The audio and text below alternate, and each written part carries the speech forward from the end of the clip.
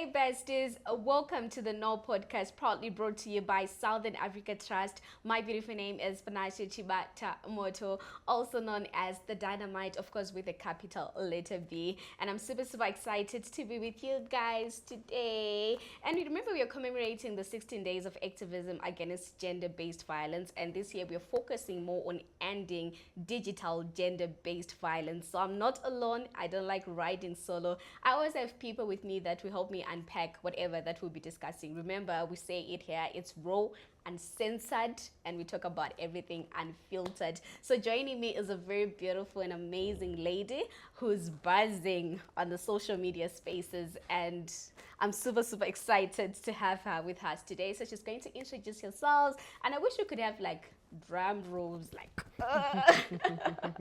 but yeah, I'm super excited. Welcome to the No Podcast. Thank you so much. Hey, besties. I just got that from her. So I want you to introduce yourself to the people that are watching right now. And I know they're your fans there, and they're super excited to see you. Hopefully. Yeah. Okay, so my name is Todo Sims. I'm known as Dramatic Lawyer on Twitter, X. I'm a podcaster, I'm a podcast host, and I'm a content creator. Oh, amazing. Yeah. So how's it? How's it in the podcast space? I enjoy it. I love it. I'm doing something that I really love. So I enjoy learning because it's something that is new to me. I just started doing it fully this year. Okay. So I'm enjoying it. You're enjoying it. I'm enjoying it. You know, it's always something when you're on the screen, and I've been telling people that I think now I want to be like behind the screen. Like I want to be like. Why would you want to be behind the screen? A beautiful girl like you, and your intro was like, whoa. Why would you want to do that yourself? I mean, sometimes I think it gets exhausting. Like, I don't know. How do you feel ever since you started? Like, would you always want to be like on the screen every time? Obviously, because it's something that I'm very passionate about, but it does come with these challenges, obviously. I mean, like, just like everything else comes with challenges. But I, as somebody who's just passionate about it, I love it, I enjoy it. Again, it's a learning curve. One moment, something happens, you're like, oh my God, why is this happening? For example, I mean, the negativity that comes with it. Or people just not understanding what you're trying to put across. Because again, when you're doing this thing, not everyone is going to relate to you, and that's fine. But people that don't relate to you, the way then they deal with that sometimes can be very challenging and not nice. Not nice. Yeah. So what motivated you to start your podcast? I've always been I was on TikTok first. TikToker. Oh yeah, I'm also a TikToker. Okay. So did you trend at one point on TikTok? I've probably trended for a couple of reasons. Okay. Yeah, maybe on TikTok, maybe on Twitter. I've been different. I'm on all social platforms, I think. Okay. Yeah, and I'm beginning to go on Facebook as well. So. Okay. So tell us the motivation behind the podcast. Okay, so when TikTok happened, that was during COVID time. So I would just take my phone and then record myself just talking. You know, talking about especially relationship issues. Because I love talking about relationships. Are you in love? Complicated, but okay. But yeah, so I would go on TikTok and then I would just have these conversations where I would talk to people, and then I got tired of just talking alone, of just putting my views out there, and I was like, I need somebody else or other people to just kind of have these discussions, and they just put me. I was like, okay, let me have a place where people can talk freely, without being judged. But unfortunately, it's not always like that. So, okay. So you told me the name of your podcast. You said it's And Cook and Wine. And Wine. Yeah. Okay. And you talk about anything and everything. We talk about everything. What's the motive of the wine part, guys? I wanted to ask this. Like, what's the motive of the wine part? I love wine. Okay.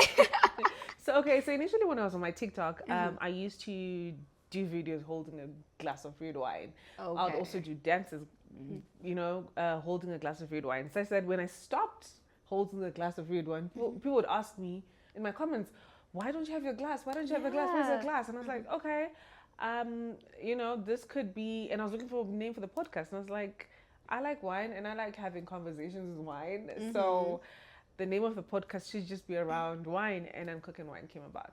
I mean, you should have bought a glass, yeah, a bottle. You know,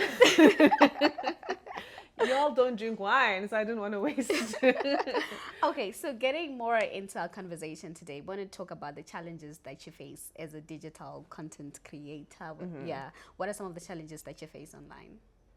I think a lot of misconceptions. People think they know you and they feel like they can tell you how to act, how to behave, who to be. And how to live your life. Thank you. So I think that's one of the biggest challenges where I was telling a friend the other day, I was like, I met somebody and I was just feeling tired. I met them on the street and they were like, dramatic lawyer, why do you look tired? You know, you're always energetic on your podcast. You're always lovely. I'm like, guys, that is not like, why are you having such expectations of me? You know, this is not my life. Yes, Exactly. it's my life in the sense that this is like a job to me. But then again, I have other things to do in the rest of my 23 hours that I'm not shooting a podcast or whatever. So yeah, I think that's one of the biggest challenge for me is misconception. People telling you know, people just thinking that they can tell you how to live your life, like you said. Okay. And remember, you're having a podcast where you talk about anything and everything. So are these views entirely your views per se? Or probably sometimes you just say something controversial to hear what people want to say about it? To be honest, I don't say anything I don't believe. And if I don't know, I ask. I always ask my audience to say, okay, you know, I don't understand this thing. But I'm not the one to say anything I don't believe. If I say it, it means I believe it. I stand on it. So whatever I've said on my podcast, I stand on it. Okay, talking about like the social media space, you know, I like the fact that when like sometimes the energy that you put on the podcast, it's probably not the same energy that you put on the streets.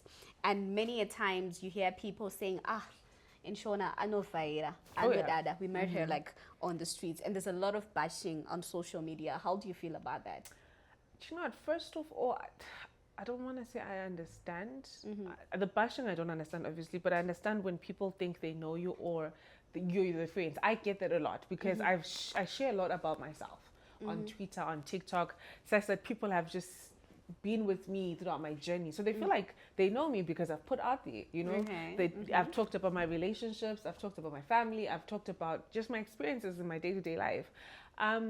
So to some extent they then feel like they know you, Okay. but not realizing that I'm only sharing the parts that I want them to know, not everything about me.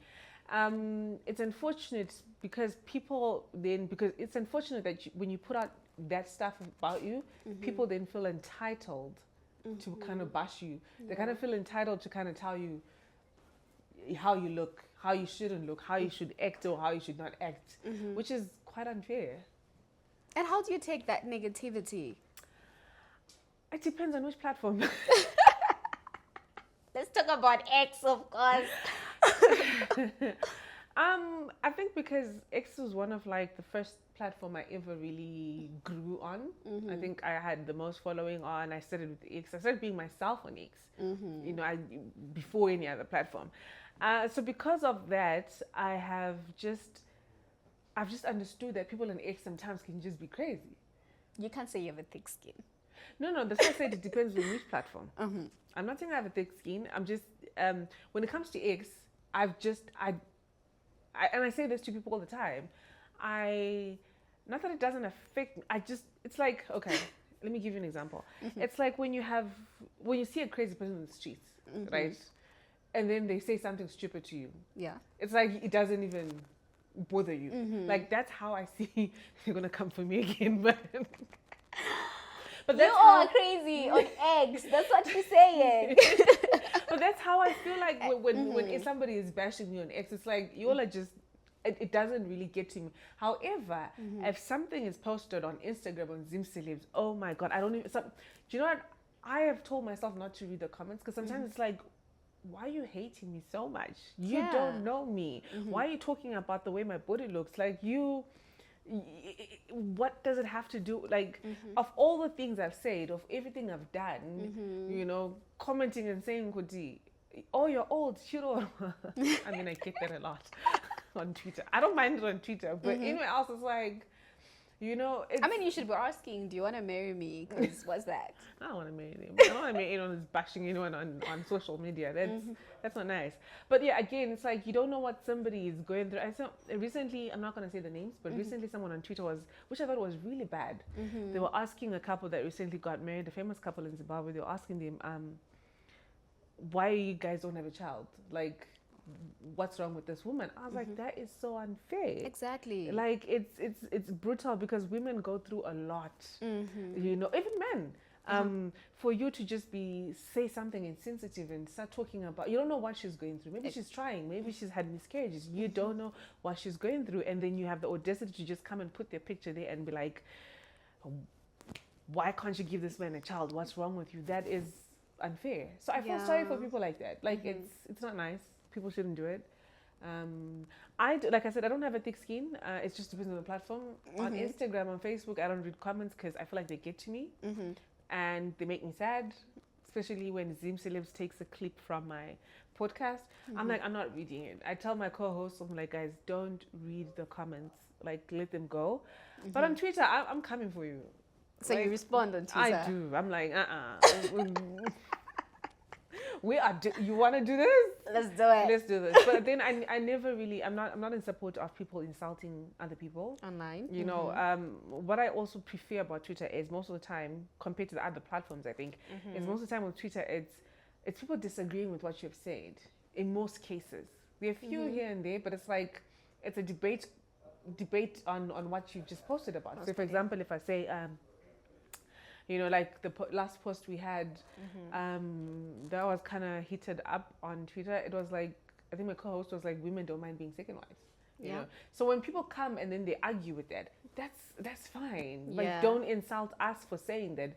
Say, if you don't agree with it, say why you don't agree with it and say your points. And that, I feel like that's healthy debate on social media. On social media, But then when you start talking about the way my body looks, the way my face looks, how old I am, and how you think I should be married by now with 4 kids, no, that's unfair. Like, anyway, let me not get into that, but it's all right. I start ranting. Yeah. Okay. Yeah. So, you know, one interesting part, remember we were talking about ending digital gender-based violence. Oh, yeah. And we have laws that govern and that guide us, that protect us as people. So do you think women in the social media space, particularly content creators, are aware of cyber laws? I don't think so. Maybe some. But I don't feel like a lot of people are aware, because I feel like a lot of people would be arrested right now.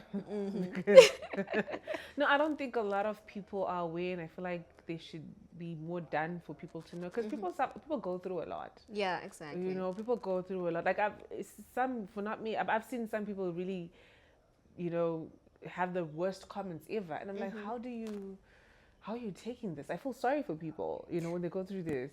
I mean, I just thought of the story when Madam Boss had what do you call it? I don't know, this body thing. Oh, yeah. And social media.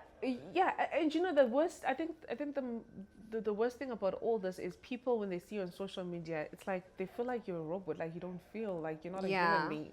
These are human beings. These are people. These are like your sisters, your brothers, your family. At the end of the day, they go home to their kids, and most of the time, you know, I think maybe 90 or 80% of people on social media, they're doing it because they want to make a living out of it. Exactly. You know, they want to feed their families or themselves or whatever the case is. So, you know, it's sad that people just don't get it. But yeah, when coming back to the laws, I feel like there should be like more awareness. Thank God this is what's happening, because just like me, you know, you see those comments and you just like, people are haters, and then you go home and cry, or you go home and you feel sad. But there's something you can do about it, and that's a good thing. And people should know that it's not okay to just say nonsense on someone's page. It's not okay to insult somebody for no apparent reason. It's not okay to post someone's pictures and be exposing people and stuff like that. It's not okay. Yeah. You know. And I think besides the block button, right, people should actually know that they're actually protected. Sometimes you don't even have to block a person, but because the worst thing is the block button. I could still block you, and then it's on Zim Celebs, it's on Chekupenga, it's on whatever other platform, you know. So I'm also on social media. I'm following these platforms. So I block you. I don't see what you're doing, and then somebody else is posting it. Exactly. You know. I don't like bloggers at all. At all. Oh, they So, give us news sometimes, but yeah. Is there a time where you thought like, I think I might just give up? No.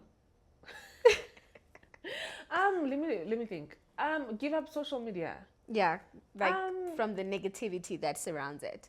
Though the times where the times I get overwhelmed, especially when I won't even lie, especially when I put out, because I want to put out interesting content. Yeah. Right? So when we post, I think like recently we put out the podcast, we put it out, and obviously I as a content creator, I take out the clips that are interesting to post them on the social media just to kind of get traffic coming. Yeah. And so, you post it all over, or people start retweeting, or certain platforms like Zipsilips takes it, which I like because then it's bringing Like traffic to my exactly. podcast. But then it's overwhelming because it's like I've put out the content and then you're getting all this feedback from a lot of people, which is like, I'm doing this to entertain you. Exactly. Yes, I appreciate feedback at times, but sometimes it's kind of like people are judging you. People are basing your entire character or personality based on a 15-second clip that you've put out. So it's like, oh, so this is how you think, you're this kind of person. Yeah, yeah. Guys, I'm talking about the social issues. A lot of women are becoming second, third wives in our country. Exactly. And the fact that it's making you guys uncomfortable shows that this is something that is happening. And this is something that we as a country need to start talking about more, to say, are we going this route? Are we agreeing with this route or not? And I'm just bringing the conversation to you. You don't have to I'm not a second wife. Duh. I could be one, but I'm not. I choose not to. Yeah. But me bringing this out there for us to have a conversation does not give you the right to insult me. Yeah. And to say that I have a problem. No, I don't have a problem. I could be, but Well, it is what it is. You gave me space to run. Which is great, yeah. Yeah. So to what extent do you think like the digital spaces promote gender-based violence? Oh, it promotes it. I don't think it promotes it. I don't think okay, let me think. Well, before I say what I want to say. I don't think it's meant to promote it. To promote it? I don't think it's meant to promote it. And I feel like they try. I feel like platforms like Instagram, Facebook, they try. Even when you're DMing somebody, or even when you're commenting, they're like, comment properly. Exactly. And also they have settings whereby if I post something and I don't want a lot of people commenting on it, or I don't want certain words said on my...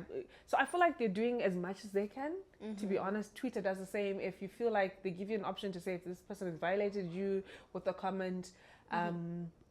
And unfortunately, some of these comments are in Shona and Twitter can't do anything about them, kind of thing. But I feel like the social media platforms are really trying because they've set up something. But however, there's challenges. For example, like I'm saying, someone is saying it's Shona, or if I report it, and then somebody else takes the picture and reports this, and no one is reporting it on that end, it's still out there, and people are still seeing me being bashed on someone else's platform. But yeah, I feel like they're trying their best. Unfortunately, it's not enough. Probably not enough. Not enough. Yeah. So when we talk about gender-based violence, most people think it's men against women. Sometimes it can also be women against men. So let's talk about like the gender issues on social media. Okay. I mean, at some point I came across a post where people were saying, "Varume vachafari niti zorore." And I'm like, oh, what? So what do you think about those type of conversations on social media, which also then puts it as if we are at war? There's like a gender war between men and women. Well, I don't even think it's a war that starts on social media. There's always been a gender war from way back then. I think it's just now, it's more exposed now. Yeah. Again, I'm always saying this. There's nothing wrong with healthy debate. I feel when you're not attacking the other gender, as long as it's. So do you think men should die so that we can be at peace?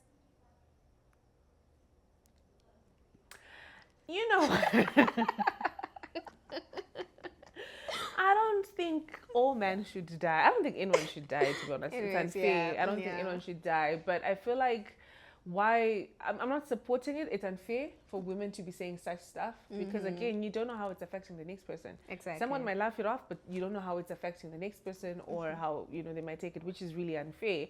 But I think we're in a place, how can I put it? If women could rather say what the issues are with men rather than saying that statement. So, for example, South Africa recently had the whole purple thing against gender-based violence. No one was insulting anyone. No one was saying anyone should die. They were basically saying we wanted to stop. How do you think content creators should come together, probably use their platforms to spread awareness about digital gender-based violence? I mean, talk more about it. Probably, I feel like talking more about the laws, because I feel like people are really unaware. I saw somebody, I saw a TikTok the other day, which was really sad. Somebody was recording a video of people queuing for ARVs.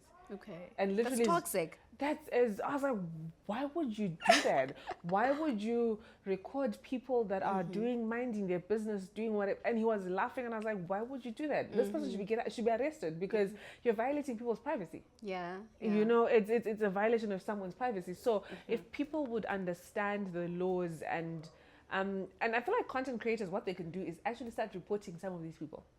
To actually say, okay, you did comment this. Go and open a case. I think it happened the other time na Hodite na Ola. Yeah. Do you understand? I feel like if content creators start really taking action and not just laughing it off or going home to cry about it, actually start taking action to say, okay, this so and so person said A, B, C, D about me. It's not true. And I feel like then people can start being more careful about what they're saying. And there's so many people out there that would actually want to start a podcast, but when they go online, they're like, I can't handle this. And I also get that because I invite guests, right? I invite guests and they're like, hey, let's talk to. I'm like,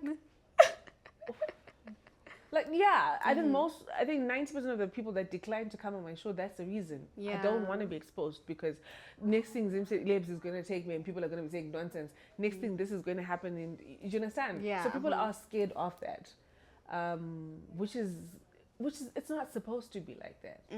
You scared to be on a podcast? Not really. Yeah, but I don't know. Like, I haven't been that much exposed, so I haven't seen anything negative as of yet, but I'm actually thinking how I would react when I say something negative, probably about myself or the way I speak or what. It will obviously kill your self-esteem. Oh yeah, sometimes it's like, but you have thick skin. Listen, I think it has grown over time, and also it's like it's I don't have thick skin. Like I said, sometimes I do get overwhelmed, especially when people are basing my character based on the conversations we're having. I'm like, I'm not like that, And then I think what just keeps me grounded is knowing that I have the people really close to me know who I am. So I'm okay. My family knows who I am. My friends know who I am. And whenever I've posted something that is not really good, they come and tell me like, that is too much, which I appreciate again because it's coming out of love. It's not coming out of hate or whatever. So as long as they're not telling me that I've done anything wrong, they know I'm not acting out of my character. I'm still this good person that they know me to be. I'm fine. I honestly don't care what somebody I don't know, but it took time. I won't even it takes time. I've been told I'm ugly. I know I'm not. On Twitter, I've been told I'm ugly so many times. I don't even know. I'm like, I know I'm not. Yeah. So I don't care.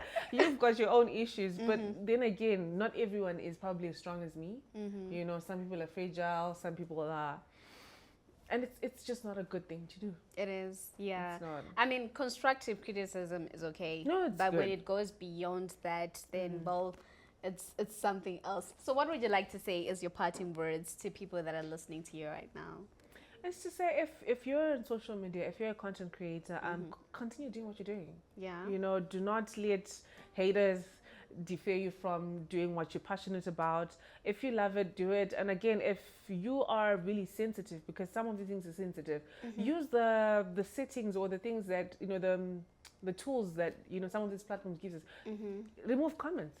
You know, Twitter, you can actually stop anyone not following you from commenting, or just stop comments totally. Just post your content and do your stuff. You can still get your content out there without comments. Just, you know, if you know you're not in a good space to receive some of these comments, because they can really, really affect you.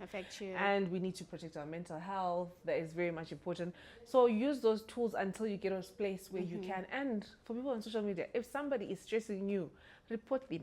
They're lows. Report them. That is what therapy is there for. There are laws that protect you, definitely. There are laws that protect you. Yeah. Thank you so much for coming through. Thank you. I wish we could do this over and over again. Unfortunately, no, TikTok time is no longer on our side. Remember, we are rallying behind the hashtag safe behind the screen. Whether you're using an iPhone 11 or you're using a Techno or you're using a nameless phone, you need to be protected online. So from me, the Dynamite, and the beautiful crew behind the scenes, it's goodbye.